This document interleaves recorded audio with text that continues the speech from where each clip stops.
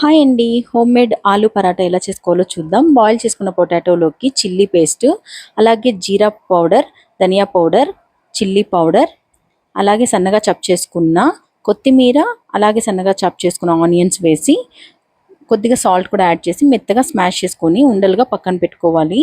ఇప్పుడైతే చపాతీ పిండిని అలా రౌండ్ బాల్ లాగా మనము ప్రెస్ చేసుకుంటూ ఇప్పుడు మనము ముందుగా ప్రిపేర్ చేసుకున్న స్టఫింగ్ని అయితే అందులో పెట్టుకొని ఎక్కడా గ్యాప్ లేకుండా మొత్తం అయితే క్లోజ్ చేసుకునేసేయాలి. ఇప్పుడు ఆ క్లోజ్ చేసుకున్న దాన్ని పొడిపిండితో ప్రెస్ చేసుకొని స్లోగా అయితే మనము వాటిని రుద్దుకోవాలి. పొడిపిండి మధ్య మధ్యలో యాడ్ చేసుకుంటూ